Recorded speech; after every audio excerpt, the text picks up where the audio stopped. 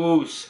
Welcome back to FaZe Fitness, guys. So today's home workout, we're focusing on the triceps. That's the muscle right behind the bicep. Now, when it comes to doing a home workout, sometimes it's difficult to isolate a specific muscle. Usually it's a lot easier to do that during weight training or resistance training. So I put a couple variations in some push-up exercises to help you isolate that tricep. So enjoy. All right, we're gonna start off with standard military push-ups. We're gonna do about 10 to 15 depending on your abilities, but do about 5 or 6 more than what you would usually do to make sure we get an extra burn to start off. Make sure you keep your core tight when you're going through the exercise and to really emphasize on the chest. So make sure your chin is really forward, right over your fingertips. Next, we're gonna go right into U push-ups. Again, this is a variation of diamond push-ups. It's just easier on your wrist. Make sure your feet are kind of spread apart. This way it's gonna help support your back and go all the way down, all the way up. Again, a few more than what you usually do. This is gonna really wake up the triceps. Keep your chin up and your elbows tight to your body. This is gonna make sure you're using most of your triceps on the exercise instead of your shoulders or your chest. All right, now we're gonna isolate the tricep. So lay right on your side. You're gonna put your arm that's close to the ground. Just lay it right next to you. Then you're gonna place your other hand close right to where your elbow is, a little bit higher than your elbow, actually like right near your tricep. And all you're gonna do is you're gonna push yourself off the ground and back up, only waist up. You don't need to bring your whole body off the ground. Just push with the heel of your palm.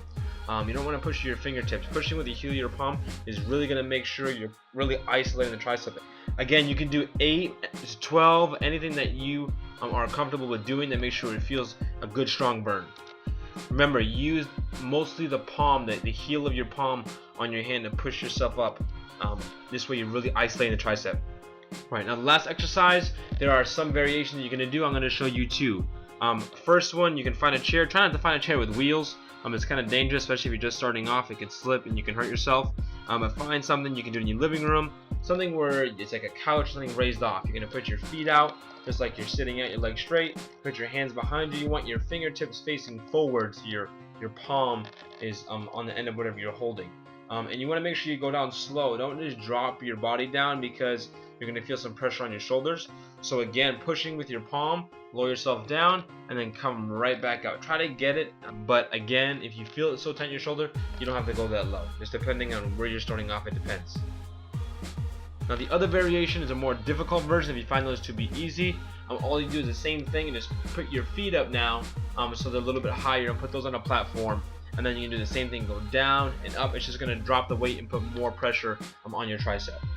Again, be very careful when doing this. Do this slow because you're putting your body in an awkward position and you could damage your shoulder when you're doing this.